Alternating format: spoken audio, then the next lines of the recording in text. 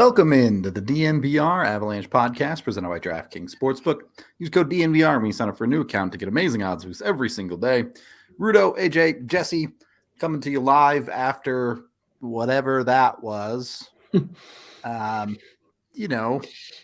Usually, look, it's preseason. It's not like we're taking the actual result of the game too seriously, but we would like to be here and talk significantly about the positive things we saw from certain players on the ice.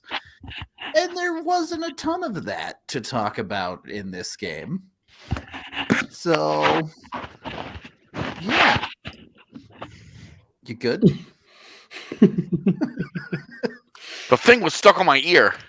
Yeah, listening to that was like listening to this broadcast today. So. Sorry. I didn't mean to get my glasses caught on my ear. My bad, man. Headphone Apology warning. accepted. Sure, the Avs didn't mean to lose this game 7-1 either, so it's okay. Look, rule number one, don't overreact. Nothing matters. Nothing Barely even react. Yeah. To this game. If there's really a thing that people should seriously have gotten down from this fan base now, it's that of all the preseasons that we've had to sit through in the last, 10, 15 years, this is by far the least meaningful. The roster is set. There are very few surprises on the way. There are almost no roster battles, even more so after they released Galchenyuk from the PTO. Like, there is very, very, very little. Tonight's game, arguably, outside of Georgiev, the highest caliber player that they iced was Logan O'Connor. Mm-hmm. Yep.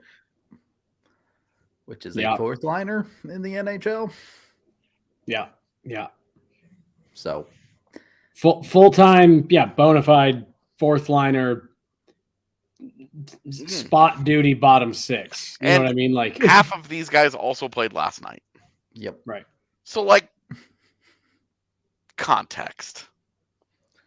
Let's just and it wasn't like what we've seen in the past where sometimes the home team just like stocks the roster full of NHL guys, and it's just this total mismatch of roster. The first game in Minnesota that none of us got to see. A good example of a team that loaded up its roster with some dudes and played against a team that was not equipped to handle that. That wasn't really the case tonight. It's not like Vegas played any of their guys at forward other than William Karlsson. Yeah, but Stevenson too. Okay, so we're talking like their fifth and sixth best forwards. Yeah, well, the Avs played their 11th best forwards. Yeah, no, but what I'm saying is and then you get to their defense, and their best defenseman is Zach Whitecloud. Yeah. So this was a battle of not good rosters. This was an AHL hockey game, and it felt like an AHL hockey game. It felt really squirrely, really loosey goosey, a lot of really weird bounces, and a blowout final score. Very AHL-ian. There were certainly zero NHL starting defensemen in the Avs lineup. That was for sure. Yeah, I mean, shit. The second best defenseman in this game between both teams was Ben Hutton. Ben Hutton. I did laugh because the Vegas broadcast, they were talking about Logan Thompson, the goaltender for Vegas. And they were like, and honestly, he's looked good tonight. There's an opportunity for the taking. It's like, well, yeah, this is the peer group he's hoping to ascend beyond. He's trying to get out of AHL games. Yeah. I would hope he looks good here. Yeah, but hey, it's a way bigger problem if he does not look good in that game. That's a great point. True. So, and then on the other side, you do have Alexandar Georgiev who gives up 6 goals. Yeah. I didn't love him tonight. Shots, man. I'm not going to drag him too much because of the context of the roster, but I really did not. I didn't love Georgiev's game tonight. No, he had a good debut. He played well in that in his the first game, half of a game that he played. Yeah, and this was not good. I mean, this was just not a good night for him. He was comically unlucky along the way. A lot of things going against him. Some nice finishes, but it was one of those nights where you're like, two things are true. He's not getting much help. He's not playing very well. Yeah. Look, when you kick out a rebound right up the slot, it's not great. And it's way worse when you don't have a defenseman within 10 feet of the slot. So. Yeah. You would just tell him that one that beat him. Yeah, the one that beat him clean, the wrist shot low. You could just tell by his posture that he was like, you know what? Don't have it. Just getting to the end of this period and get me out of here. Yeah, get me out of this.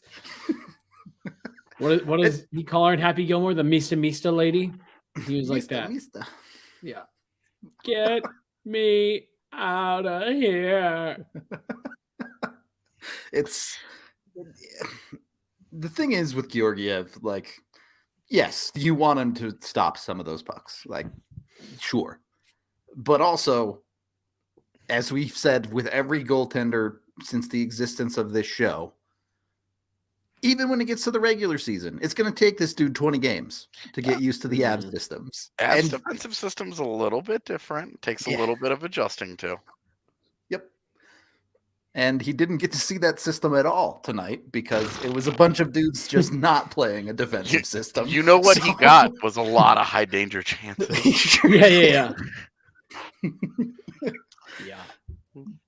The fifth time in the last 24 hours that someone is just standing wide open on the back door is like, okay, all right, we get it. Yeah, I was laughing midway through the third trying to stay awake when it was like, I really wanted to see Josh Jacobs in a game because he was one of the defenders at camp that I was like, oh, this is an intriguing skill set. Let's see what it looks like in a game. Not great. And like not any help. There was not one single defenseman tonight that I would point to and be like, that was good stuff from him. I liked that. Just thought the unit as a whole just bled. And the thing is, like, you're thinking of Jacobs tonight, and the one shining standout low light, I guess, is the atrocious clearing attempt that results in a goal the other way, where he just rips it right off of a dude's stick and it's in behind everyone. So but... you know, sometimes when you watch Twitter conversations unfold and somebody rolls in with their whole chest and just says something that's just not true, confidently wrong. That was what that clearing attempt was. It was confidently wrong. He stepped up, made a nice little move in the corner, and he fired that thing and tips right off that guy's stick and back into the middle of the ice. And you're like, well, did you guys see that guy in my mentions the other night saying that it's completely unheard of to hang 3 banners if you win your division and then win the Stanley Cup? You do division, conference, Stanley Cup. He was like, wow, how desperate can you be for banners? Completely unheard of, out of, like, whatever. And I was like, no, it's super common. Everyone does it. Nope, no one does it. No one hangs 3 banners. You only hang 1 for as far as you went. And to your point, just like couldn't use Google for 1 second before declaring how correct they were. And it's like, this is so easy. I posted 12 examples of how they were wrong.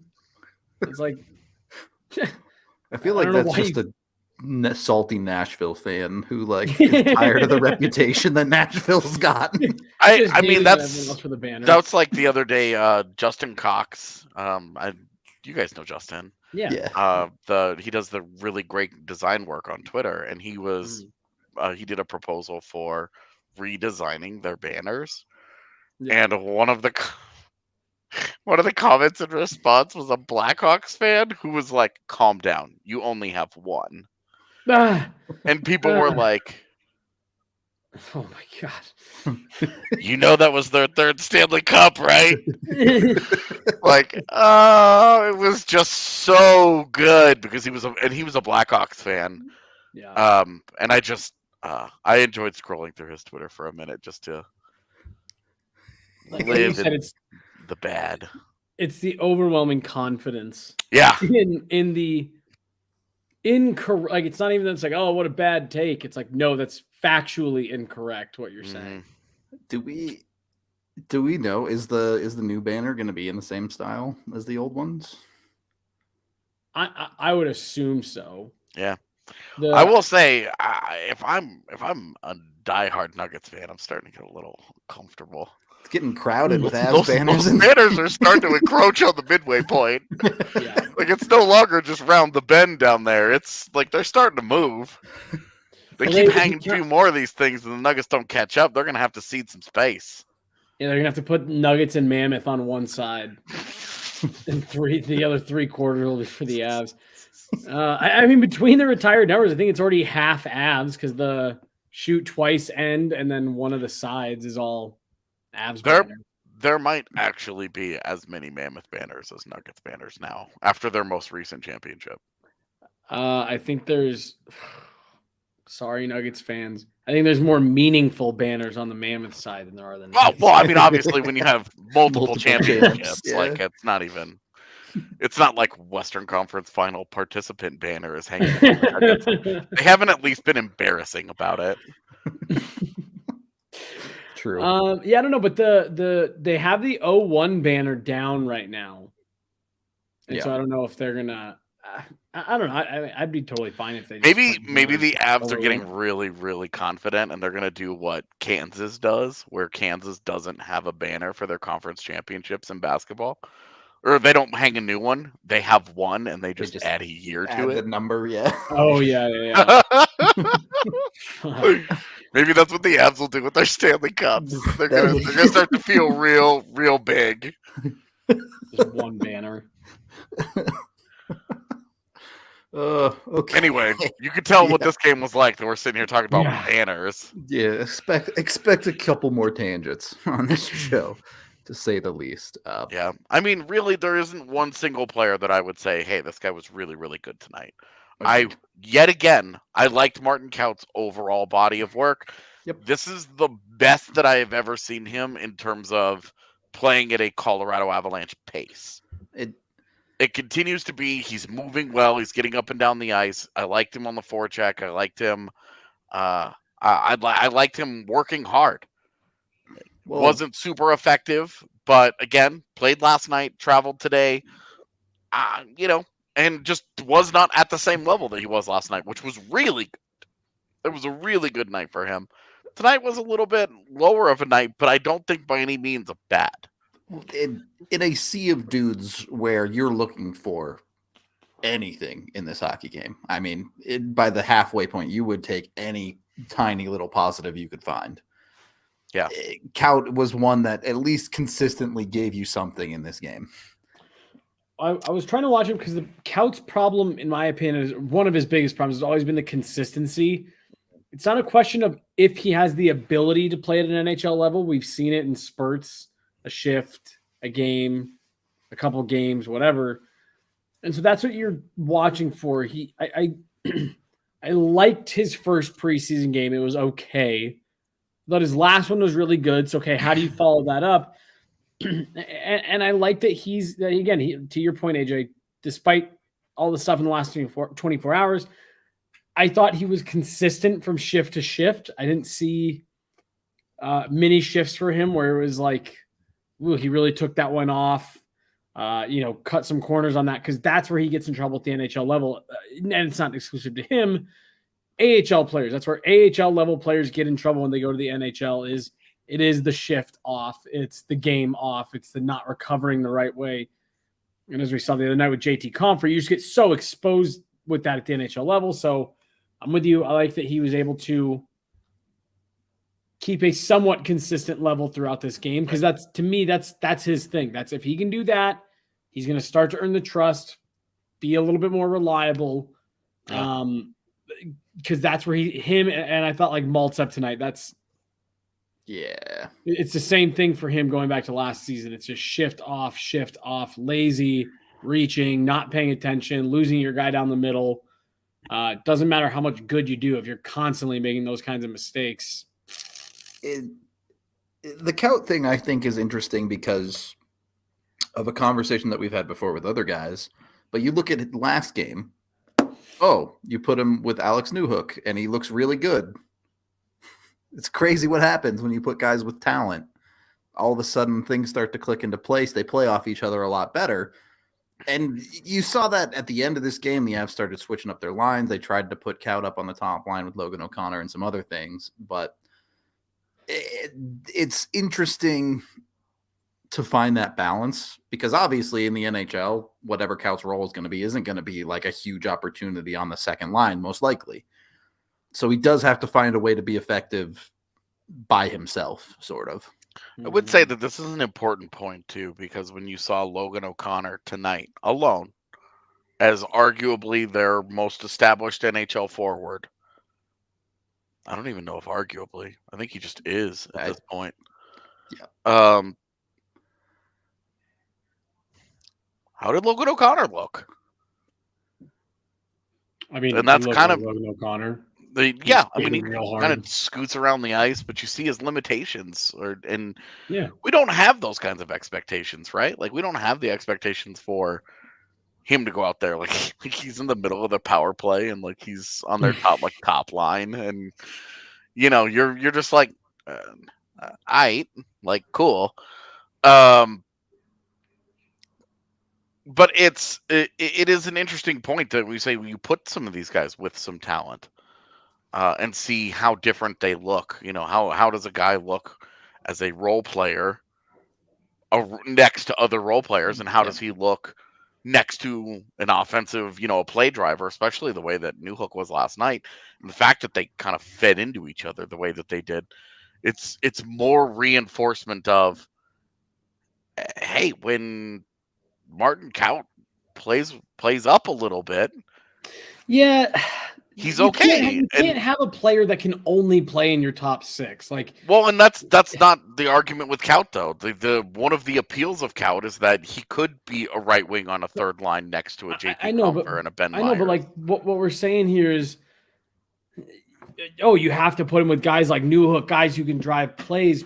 I actually was going to comment. I thought having Logan O'Connor in this game. Well, I mean, he's lowest man on the totem pole. That's why he's been in 3 preseason games already. But I thought he was an interesting.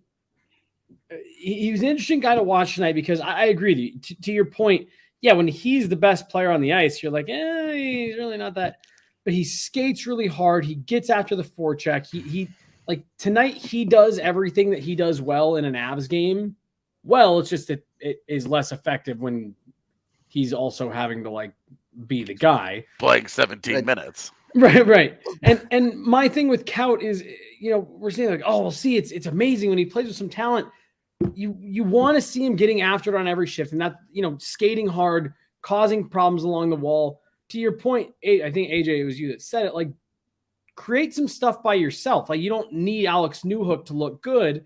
And that was what I liked about him tonight was I thought he found a way to be visible despite not having a ton of talent around him.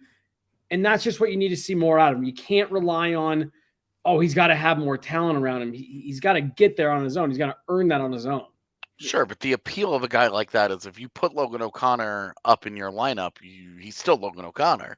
But you throw Martin Kaut in there with Alex Newhook, and you saw a little bit of vibing, and you're like, okay, great. He can play with some talent. His job, the challenge for him is whatever role they end up putting him in, whatever role, whatever it is, he needs to prove that he can play in the NHL, period.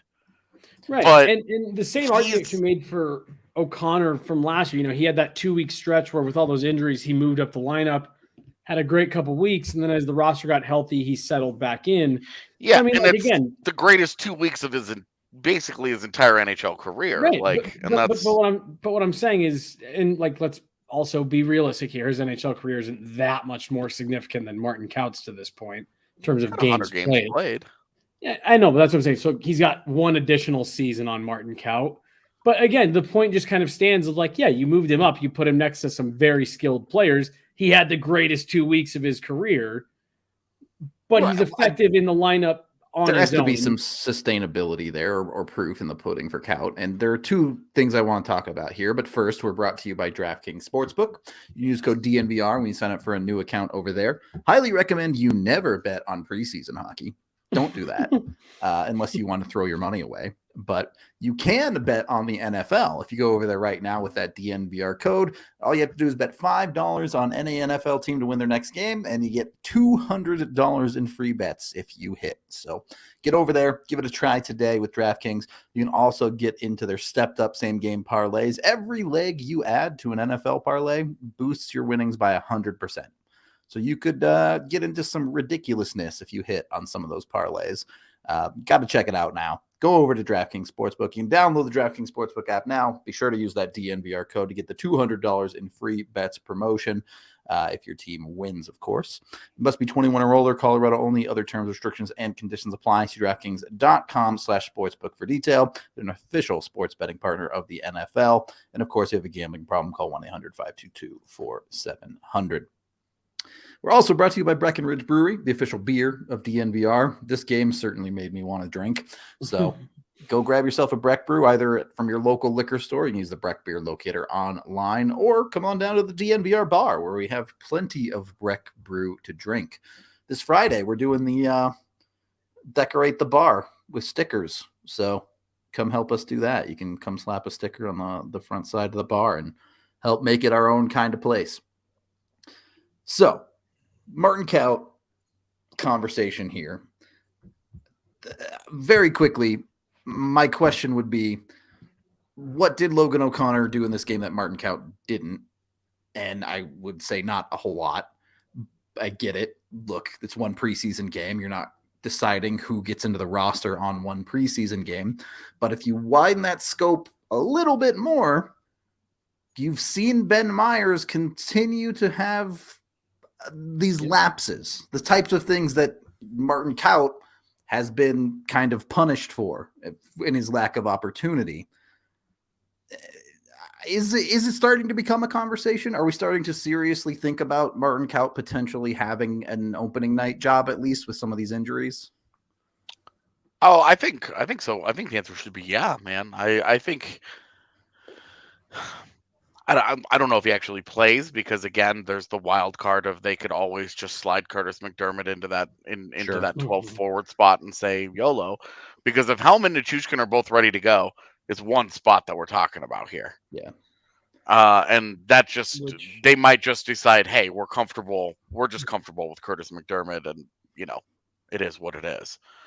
But no, just based on the preseason play, now there's always, what's the work ethic? How's he doing in the room?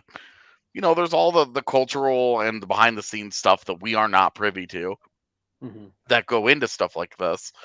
But Kaut is also this is his fifth time going around here. Like, he's done the up and down thing. And to be honest with you, if you're a team like Arizona or Chicago right now, are you not just kind of sitting there like, yeah, the same way the Avs were with a guy like Patrick Nemeth? Put him on waivers. Yeah. Like, especially sure. in like a tank heavy year where there's probably 3 to 5 teams that are probably sitting there like, we can afford to give this guy an Chicago's entire roster, man. Well, I'm saying between Arizona, Chicago, and Philadelphia, and maybe a touch of Montreal. Yeah. I think you're looking at some teams that are not interested in winning hockey games this year. San Jose. But anyway, any one of those teams, he's a 13, 14 minute a night guy, like tomorrow. And that's what I'm saying. Like, would the Avs the Avs obviously have to make their choices here. But the waivers part of this is the first time that we've had this conversation with a guy like Kaut. And we do see guys with his pedigree, first rounders that have not gotten an extended look to break through on good teams, competitive teams, get claimed a decent amount of time. Like of the guys that get claimed, the guys with that background are the ones that you're with like some pedigree for sure. Yeah, you're like, okay, like those guys get claimed a decent chunk of time. Well, because and that's and like Sorry, you said, no, I was just reinforcing your point of like, dude's got pedigree. You've got a team who literally does not care if they win or not. Why not give that dude a chance, right? Yeah, and like maybe and when you're talking about claiming a guy, the big reason that teams don't do that is like, hey, we've got our own guys. We need to find a spot for this guy and blah blah blah blah blah. Weirdly, one of the most active teams claiming people has been Colorado. Yep. But like talking about this Kaut situation, like this is the type of preseason that I think we all wanted to see from him. Where it was like, look, man, he's left a lot of positive tape out there. Yep. He's really, it's not like he's been okay. We're not talking about he hasn't hurt them. We're talking about he has actively outplayed his direct competition for this job. And that's not just Mikhail Maltsev and Oscar Olesen, and that includes Lucas Sedlak, Anton Bleed, Charles Udon, guys like that. He has been a more impactful player than each of those guys, in my opinion, in the games that he's played in. And that's, I don't even think it's been close. And for a guy like Bleed, I think the gap is really big. For a guy like Sedlak, there are still things in Sedlak's game that I like individually, and the fact he's got like 150 games or whatever. Some of his struggles you could point at, like tonight, him getting a little bit lost defensively. Yeah. You could point at and be like, he just doesn't totally know where to go yet. He's still trying to figure this one out.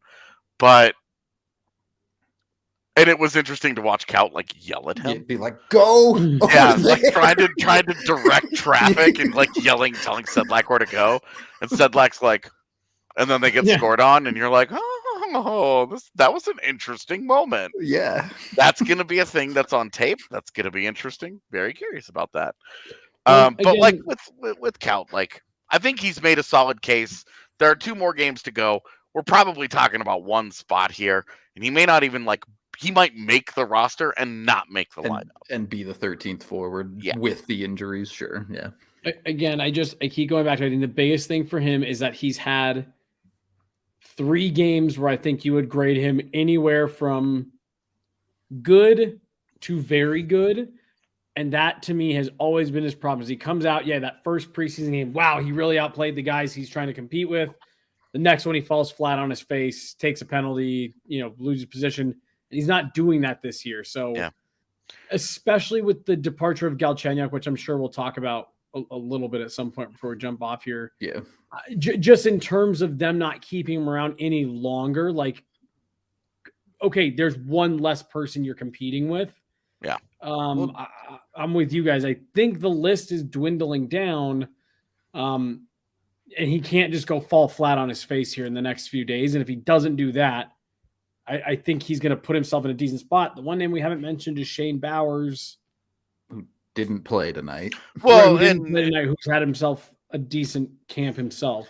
I just think from my perspective personally here, I think Bowers had too much ground to make up in preseason. Yeah, I agree. But if Bowers can stay healthy, Bowers is a guy that I think would finally get an opportunity at consistency in the AHL, especially if a guy like Kaut is on the NHL roster and it's one less body that he's contending with in the lineup there. For me, I just think Bowers probably had too much ground to make up and was chasing that. Also, he just hasn't played as well as Kaut. And so I'm like, I would say that you're right. It is one more name that we probably drop off that list. But at least this time around, because it feels like we've been doing the Kaut Bowers thing for 4 years now. At least this time around, it's predominantly because one guy separated in the good way. Well, and I want to talk about the other side of that too, in some of these other guys. But Jesse, go ahead. Well, no, I was going to say the other thing that too, just with Bowers, I agree with you. And they play different positions. He's only played 2 games. We've only seen him in 1. Yeah. So he's just another name to keep an eye on. The one last thing I was going to say is, having said all of this, to the Curtis McDermott point, all of this I think is true, and I still wouldn't be surprised at all if neither of those guys made the opening night lineup and they sent them back to the Eagles and said, great, you did a lot of great things. We like what you're doing. Hone it a little bit more. We've got Curtis McDermott will plug in and we can call up a Jason Megna right away. It wouldn't shock me, even though it wouldn't shock me at all. Well. Would not shock me at all. Would be disappointing if they called up Jason Megna just to wait. I guess you knew. Yeah, I guess the waivers is the difficult. Yeah, I mean waivers is just kind of like this. It's the first time we've had to contend with this. Right. I think Bowers will pass waivers just fine. Given he had 9 points in like 30 games last year. There's not compared to Kaut, who had 30 points in like 41 games. Somebody would have to be doing like a weirdly deep dive on the Avs system to be like, all right, this guy. Yeah, I mean, keep in mind. I will just say this: keep in mind, one of the big pro scouts in Arizona's front office these days is Alan Haefele. It's true. Who was the scouting director the year that the Avs had a first-round grade on him, and then traded for him. So. Now he was part of the trade, I should say, not traded for him. Like it was like they targeted him specifically. He was not the big piece of that trade. But what I'm saying is that the guy who was the Colorado scouting director at the time was the one who was part of the team that had a first round grade on him and really liked him, is now a pro scout in Arizona, which is one of those teams that you're absolutely, for me, Arizona, Chicago, and Philadelphia are the teams that I'm eyeballing when the waiver wire explodes in the next 10 days. You know, it might not be an Avs guy, but I would be shocked if those teams don't weed out a guy or two. Yeah, 2 or 3 guys, honestly, between those teams. Up to maybe even 4 or 5 guys, depending on which guys which ones they are in different positions. But those are bad teams that need help. Yep. And can take free shots at these guys. Where look, if it doesn't work out, we all remember how Marco Dano went in Colorado. And then you just showed up, you got claimed, like back on waivers if it doesn't work. Yeah, and they were like, they played him in a couple of games, and they were like, yeah, I think we're good. And he got reclaimed. He went right back to where he was, and it was all good. So So anyway, I did want to move into this list of guys trying to earn the job. You mentioned Sedlak and Bleed a little bit. At this point, I'll be honest, I would not feel comfortable with Bleed in the NHL lineup. He is terrible. Sedlak would bother me less, but I don't think there's a spot for him if they insist on playing him as a center. Like you said with Sedlak, it feels like, okay, there's probably like a bottom of the barrel NHLer here that just doesn't know the systems yet. And then you have Ben Myers, which, if you're asking me, I think the list goes Kaut 1, Myers 2, Sedlak 3 there. But you've seen a lot of the same problems with Sedlak and Myers. You've seen some of that lostness. I would say just based purely on preseason play, I would probably go Kaut, Sedlak, then Myers. Okay. Because I think Myers has been such a detriment defensively. And I don't know that you're going to consistently see that with Sedlak. But with Myers, it's just a different score with Myers. Sure. He's a rookie. He's transitioning to pro. These other guys have been playing pro hockey for years, right? Even at Kaut, we're talking about 5 years, and this is his 5th year in pro hockey in North America. He's actually been playing pro hockey since he was 15 or something. So, so this is a very different conversation for Ben Myers, a different set of challenges. So holding him to the same standard, I think, would be a little tough. But it has also been disappointing enough from Myers, and I think strong enough from Kaut, that if you fast forward to opening night and they had Martin Kaut in the lineup and Ben Myers is a healthy scratch, I don't think that would be shocking. I think what would shock me is if Ben Myers is the one that gets sent to the Eagles. That would be the one that I'm not expecting. Now, the other thing that's interesting about all of this too is we're talking about a lot of this roster competition, and okay, let's again hypothetically say that both Nichushkin and Helm are ready to go for night one. I'm not sure if Helm will be. Yeah. I feel relatively confident that Nichushkin will be, but let's just. He went 0 to 100, didn't he? Pretty quick. Like, he hasn't been on the ice yet. He's in a non-contact jersey. He's a full participant. Yeah, he's 3 days span. Yeah. So let's just hypothetically say both those guys are good to go. You're talking about one spot. Then you're talking about, okay, cool. Now you made the roster. Now you have to beat someone out. Now you have to take an existing NHL job to stick long term. And that's another part of this that I think is just so interesting, because once Gabe Landeskog comes back, any one of these guys, pick a name, Ben Myers, Martin Kaut, Sedlak, even when you were talking about Galchenyuk, on the PTO, you're like, okay, cool. Any one of these guys makes it, then what? Oh, yeah. Who are you realistically taking out of the lineup? As much as you hate to factor in, salary and games played and all that kind of stuff, like, are you going to take Darren Helm, Andrew Cogliano out of your lineup for, again, any one of these young guys? And so it's just, that's another part of this that I do think is interesting, is cool. Martin Kaut finally makes it.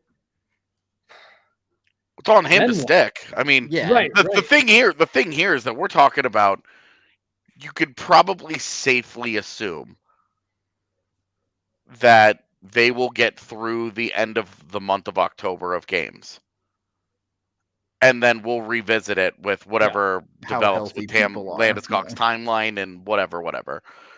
Because October starts this week and the guy's not even skating. Yeah. It's still going to be a while here. Now, there are still a couple of weeks until the start of the regular season, whatever. But I would say you could probably safely assume that we're going to get through the end of October. Well, and you get to that road trip at the end of the month, right before the Global Series. That's kind of your like invisible line in the sand, where you say,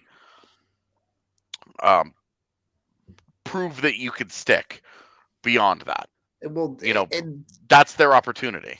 It's and keep in mind, every team in the NHL sees multiple injuries come through the forwards on their season. So even if Kaut establishes himself as like the second or third guy there, that's enough for him to see more opportunity down the line when someone is out for a couple weeks or someone gets the flu or things like that. So it's not like, he has to prove he's the ninth best forward on the team or something. He just has to prove enough to be at the top of that call-up list. And again, I'm not even just saying Kaut. I'm saying any of these guys. It is just the next step with all this, because even myself, like, I've gotten myself a little bit caught up in, damn, who's that last spot? But when you think down the road, it's like that last spot has some caveats with it, and it is going to be interesting to see how whoever it is handles that. Do they have to try multiple people there? Whatever. But it may not matter, because remember last year, who was the first call-up? Who was the first guy they brought from the AHL last year? It was Martin Kaut. Yeah. He played and disappeared, and that was the end of it for him. Yep. He did not come back after that. And versus like Megna and Sherwood, who kind of like bounced around a little bit, like Kaut was first call-up. And that was it. He didn't do enough while here to convince them to say, okay, we want to see him again. Mm-hmm. Now I know that there were some injury issues for him last year. Yeah. Where, hey, at the time of a call-up. And this is where Shane Bowers has really been, like, the injuries have crushed him. Yeah. The worst luck imaginable is that in some of the hottest stretches of Bowers' career, the Avs were fine. And then they would need help at a time where he had gotten hurt. And that's just, you can't plan for that stuff. But yeah, no, we're talking about like, oh, who's this last spot today? Well, it's on that guy. Like Barton Kaut could win this job, play the first 2 regular season games, completely fall apart, Right. get sent back down, and get put on waivers, and then Arizona claims him, and we never see him again. Yeah. And that's just it. That's the end of the story of his time in Colorado. Like we've seen it. That Alex Newhook made the team last year. 1 game, sent down. Connor Timmins a couple of years ago makes the team out of camp. 1 game, sent down. So it's not even like making the team out of camp is any level of security here. Yeah. Just to kind of wrap up this conversation, part of what will help Kaut keep up there, we've seen him play with a little bit more aggression. We've seen him play with a little bit of that willing to skate into guys type stuff this preseason. So that's why we're so encouraged about that. Desperation is a hell of a drug. Yep. If he's acting like this is my last chance, he's at least playing like it. Yep. I agree. So on that note, it's not your last chance to get in on a Vaca TV, but it might be your last chance to get it before the regular season. So make sure you go get yourself a Vaca TV if you want to watch Altitude. Yeah, that's definitely a Stadium Series hat. I don't know. Yeah, this is the one they gave to the media. You can go to avaca.tv/Colorado10. That's EVOCA.tv/Colorado10 to get TV for just $15 a month for the first 3 months and only $25 a month after that. Like I said, they have Altitude, they have AT&T Sportsnet, they got the national channels, they got NFL Red Zone. They got you covered for all your sporting needs here in the Colorado area. So go check them out today. They also have movie channels and some TV show channels and things like that too. So they got you covered for way cheaper than your other TV options. Also brought to you by Game Time. Did you know you could have gotten in to this Avs Vegas game? If you were in Vegas tonight, you could have got into that game for $1 with Game Time. I mean, $1 for any hockey game is worth it. Like straight up. So you got to get Game Time. Is there a level of play where you would draw your line and say $1 is too much? Because like AHL, NHL, ECHL, $1, I'm good with all of that. But after that, even the junior 100% would pay $1. And you get below junior, it actually becomes so bad it's comical. So the $1 is still worth it. No, I was gonna say like there is hockey that isn't fun to watch. I promise. It's predominantly played by kids under 12. No, that's hilarious hockey. No, it's not. No. It's hilarious in like a 2-minute supercut where one of the kids is mic'd up. A full 3-period hockey game. But it's $1. I'll just leave after the first period. Like it's bodying fine. Little kids. Then why bother? Yeah, I was gonna say. So then that is your line because the question is, what game wouldn't you pay $1 to sit through and watch? Yeah. Okay, I guess I would pay the $1 to watch part of it and leave. I guess then. Sorry. Yes, that doesn't count. That's basically you paying $1 to go in the door, which is not the question. Well, and really, like, that's your plan. You're gonna pay $1 to watch 20 minutes or whatever of little kid and then bail. Like, just save the $1 at that point. Yeah, do you not have a Nintendo Switch? Like, a kid falling over is absolutely worth $1. Like, I probably wouldn't go out of my way to do it, but anyway, I'm pretty sure Game Time. Bro, I've got YouTube. I can go and watch kids falling over for free. Game Time, and I can watch a lot of it. Tickets anyway. They only sell tickets to real sporting events, not children's sporting events. So wow, and now he's calling kids not real sporting events. Go check out Game Time. Not athletes. There's a link down in the description of the video. You can get in there. It's super easy. You can get up to 60% off of standard prices with Game Time. So be sure to check it out anytime you're going to see the Avs or anyone else here. It's a great way to get an amazing deal. All right. Third period. I don't really have a ton more to say. So is there anything else you guys really wanted to touch on? Goalie controversy. Oh my God. Stop. Stop. Okay. I got one of those too. Is it time to start worrying? It's like, are you watching this game? Are you really taking anything away from this? Like hard. The one time that I feel like under no circumstances should you be worried about anything non-injury related is in the immediate preseason following a Stanley Cup win. Yeah. That is the one time that you can watch the team with you, the logo of the team that you root for and think, I don't care a single bit about this. Now, when the games start to count and blah, blah, blah, blah, blah, then maybe we can have a little bit of a different conversation. But I'll still say just be patient. But at least with games counting, you're having you're like, okay, they're for real. I'm not even considering it until the end of October, man. But for me, it's more like December. I tend to agree, but I'll leave room for if he throws 700 games in a row, then it's like, all right, maybe we got a problem. Well, yeah, then you give Frankie the net for a week, and that's the value of having Frankie as your backup and not True Stuart Skinner, who I only name it because he's a total unknown in the NHL. So anyway, no, I'm just kidding around. I'm not worried about him. Georgiev went from he's gonna be fine to is there a problem really quickly. Yeah, no. The only other thing I had, wasn't tonight. I just wanted to get your guys' thoughts because, again, just the Galchenyuk thing. To me, I tweeted about it today. It went from making no sense to, oh, okay, this makes some sense, to now I'm back to like, oh, damn, was it really just a favorite at Pat Brisson? Yeah. Have we talked about that in there? Because that's what him getting cut today is. That's what that screams to me. Yeah, that's all. I would also say we don't know because Galchenyuk disappeared from practice too. The last couple of days wasn't around for practice, so I'm curious if there was an injury and the Avs were just like, sorry, bud. We don't have this really sucks. We don't have the time to nurse you through this and then see if you can still make this roster. Right. So, because it just for me, it was it was just a really odd series of events.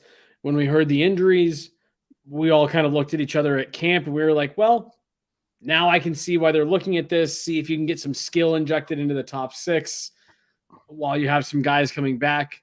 And it was funny. We asked Jared Bednar yesterday, I believe, what he thought of Galchenyuk in the one preseason game we couldn't see. And the first thing he talked about was he was blocking shots and his defensive game was good. So Megan and I, even on the way out of Family Sports, we were like, the fact that was what he led with, like, wow, that wasn't, we were expecting him to say, yeah, he's got some nice jump. He has good offensive upside, but talking about his defensive game, wow, things, maybe they are going well for him. And then not even 24 hours later, gone, cut. Well, and we don't know the behind the scenes story here, obviously, but maybe it is just as simple as, Kaut's looked really good. Galchenyuk was insurance if these guys weren't able to hack it, and they don't need it anymore. No, and maybe it's not even just Kaut, but it was like, hey, we've gotten enough guys. We've really liked the growth in certain areas of Sampo Ranta's game where if we felt like we had to call him up for, Sampo Ranta had 9 hits tonight or something. It's not a guy that I'm like, oh wow, look how good he was, but that physicality, that aggression, that's a thing that you were looking for him to change in his game. If he's specifically working on that aspect of it and showing positively, all right, maybe they feel better. Kaut, having a good preseason and good camp, maybe they do feel better there. Sedlak is as advertised. Right. That's a guy that they think could help them in the NHL at some point. Maybe it was just and especially because Galchenyuk is a guy that has a limitation. Is not going to help you in a bottom 6 role. So maybe, and then maybe it was more than anything, it was Nichushkin who, when we first found out about the PTO, we were like, hey, he's probably still nursing a foot injury. Come to find out, he's still nursing a foot injury. And the timeline was he may not be ready for opening night. And you're talking about 2 top 6 guys with the uncertainty of Rodriguez, the uncertainty of Newhook. Maybe the fact that those guys looked as good as they did in camp and then in preseason games where you're like, we're going to be fine. This was kind of an emergency thing for us just in case none of these guys were ready. If all of those guys, if all those guys all had preseasons kind of the way that Ben Myers was going, where you're kind of like, oh my gosh, man. Then expected more. Yeah. Maybe Galchenyuk would have made a lot more sense, but because those guys have looked as solid as they have looked as intriguing as they have, it made it a lot easier to be like, where does this guy really fit into our lineup? Right. Well, we're not gonna work really hard and cater everything specifically around this cat. Let's just move on. And if something changes, they got a little bit of a look with him, and he can always pop back. Because at the moment, still does not have a job. Yeah. Yeah. All right. 150 of you people in here, you must be crazy hungry for hockey, because I can't believe that many of you are with us at 11:30 at night after that hockey game. On a Wednesday night. Yeah. On a Wednesday, 11:30 on a Wednesday night during the preseason. What's wrong with y'all? Anyway, we're going to wrap this up.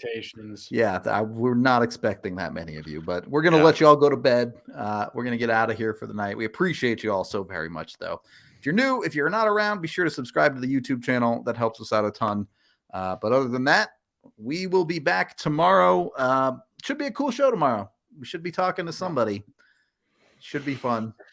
Hope to see you there at around 1:30. We said is the we're expecting. I think so. Ish. Yeah. So tune in for that. Until then, we'll talk to you on the next one.